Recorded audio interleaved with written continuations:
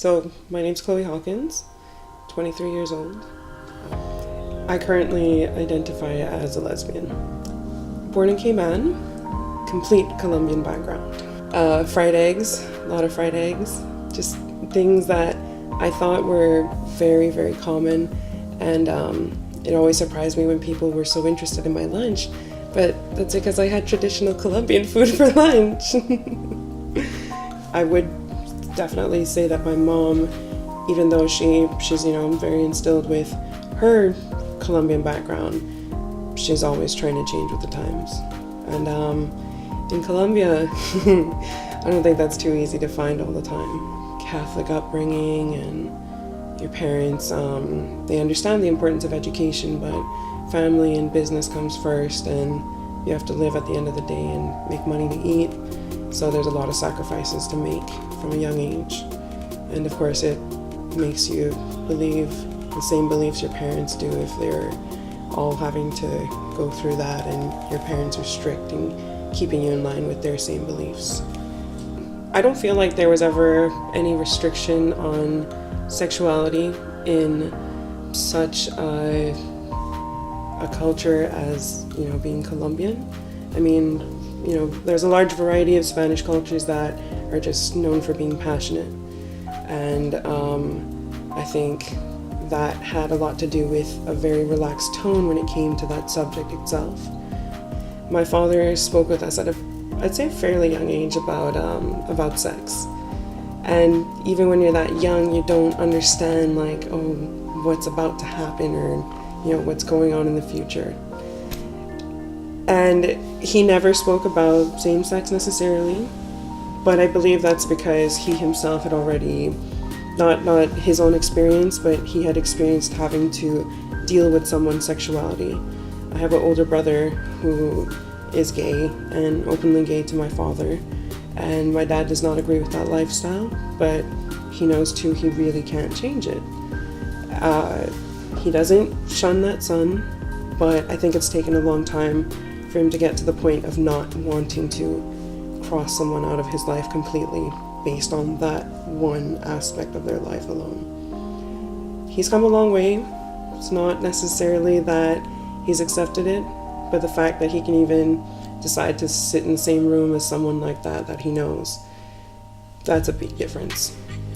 When it got into the more serious parts, as in marriage, commitment, and actually creating a life around something like that, it became an easier thing to look at with prejudice and judgment. So it was definitely not something you talk in detail about, but it's not necessarily a problem. For my mom, I don't think she was exposed to that as a child, hearing about people who are that way, or deciding to look into it or explore it herself.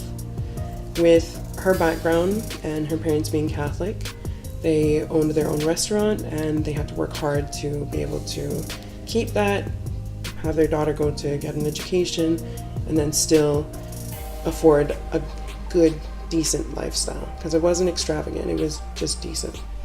Understanding the complications of a relationship like that takes time and wisdom, I really believe, because it's not just about hearing both of our stories and, there's black and there's white.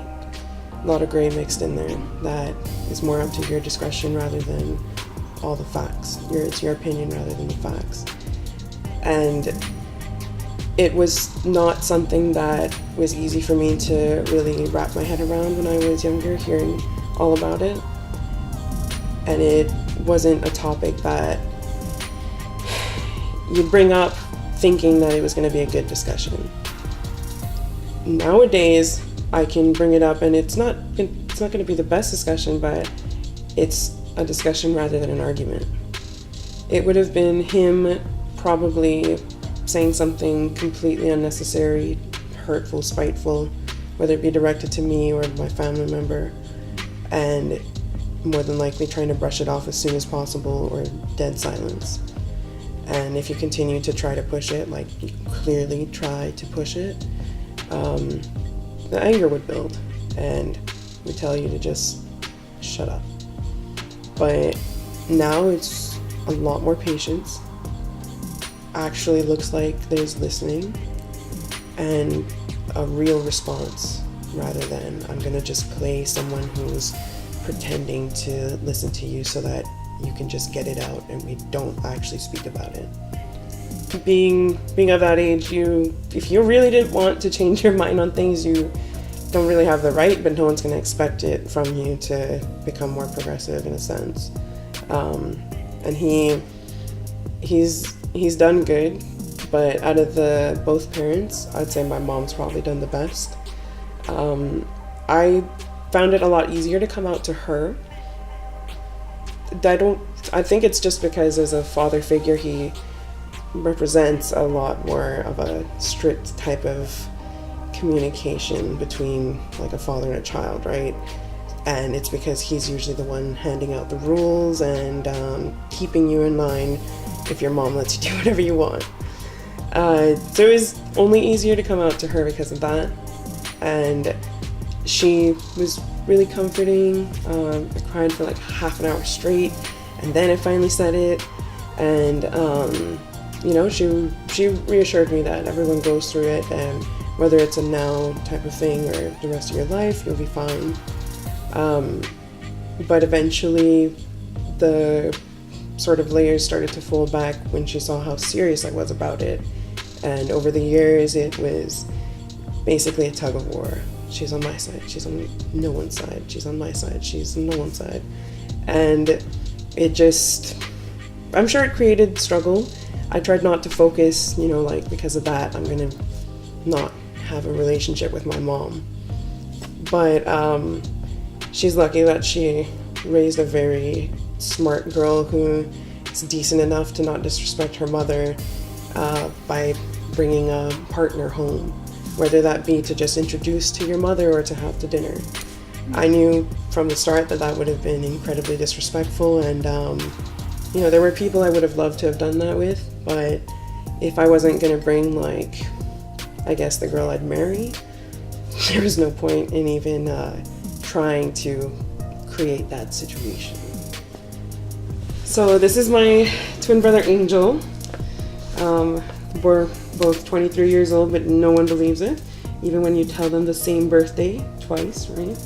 But I'm the oldest, so I'll speak up first. Okay, so from my point of view, around 12 is when I would say I was really started to think about it. I was thinking about rugby. I didn't come out to either you or Israel, I think, till 14 or something, or 15. I only seen was 16. No, definitely closer to 14, 15, around there. But I do remember that. I mean, you're not the only person who's guilty of saying things that were, offensive to homosexuals. But it wasn't necessarily back in that time that it was that's exactly what it meant. And then on top of that too, growing up in church, saying all faggots go to hell was not a taboo thing to say. That was welcomed, and you were celebrated as a hero for recognizing that. So I think there was a little bit of that type of ego there that I saw, right? And it never made me feel like I could have the conversation. It was more maybe one day I'll say it, but it's so off limits that it's not of an importance right now. Yeah, well, for sure, I probably said a lot of ignorant stuff when you're younger.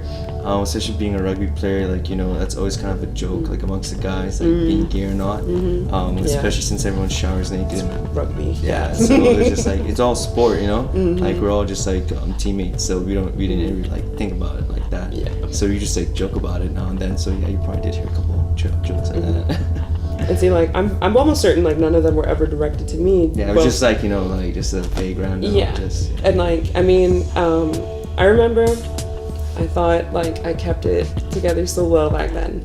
I thought I hid my crush on my first girl so well. Yeah.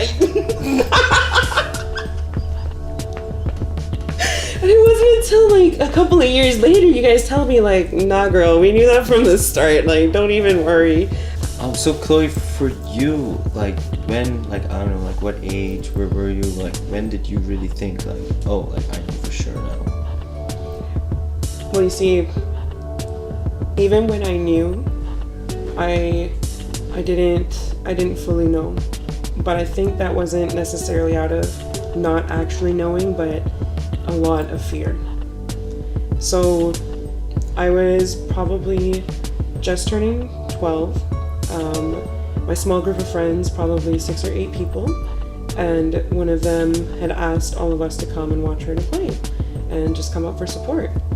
I was really not, I didn't seem to really be there, like around, aware of my surroundings, because I didn't know her name or anything like that, but I knew her for like 5 months at that point, and our friend group was really small, so that was really bad. So there was absolutely no interest whatsoever, nothing underlying, and I genuinely thought like, I don't even want to go to this play tonight, but I'm gonna go. And when she came out on stage, like I felt like the only person in the room, which is the lamest thing to ever say, but that's literally what I remember writing down the next day. And it was like I couldn't take my eyes off of her, and I remember exactly what she was wearing, and there was just so many specific things about the moment that raised a lot of questions for me, or better yet, I had a lot of question marks, but I had no idea what the questions were, and it left me like just like dazed and confused practically. I remember the next day waking up and being like, yeah, that was a dream, wasn't it? Like, this was not for real the way I was feeling, and the level that I was feeling it at too. So when I ended up feeling this way for her, I was like, okay, my religion says this, my parents say that, the Bible says this, other people say that. All of these point to this being a no-no. Let me really think, do I want to take that step? And me and her built a really good friendship from there, but I never came out to her, never told her my feelings. About a year later, I had decided that this was the way that I felt, and I didn't necessarily decide whether it's like, okay, like I'm only gonna ever love women or something like that. I was just too stuck at that first step, and especially having her as such a close friend, it made it even easier to make that decision. But I was the only person who ever struggled with it. I never spoke about it. I never like tried to really research, or well, I thought I wasn't getting the answers I wanted in my research. And I think that really made it like a really slow upward build of getting to know myself better with that, and like actually being informed on what it is and putting words to my feelings. Coming to you guys and talking about everything was because everything happened, and just like everything that happened felt like the sweetest moment ever. So I like had to come and share it. Someone. Yeah. So you know, like it wasn't immediate, but it there was a moment, and I just remember it being against everything we had ever grown up with. That's probably where all the fear came from. Yeah, and it created a lot of questions about everything else, everything. And like for a period of time, it became my life. It's not my life now, but like that was the only thing I could ever focus on. I'm glad that I really I didn't try to make someone else answer my questions for me. I went searching for it and took my time. I think other people here probably, they look for the answers in all the wrong places, and of course you're not always going to know you're going to the right people, but it's kind of like, if you take your time to do it, you're going to find the right people, and the right people will come to you. And I think that's what I've really gotten here. Yes.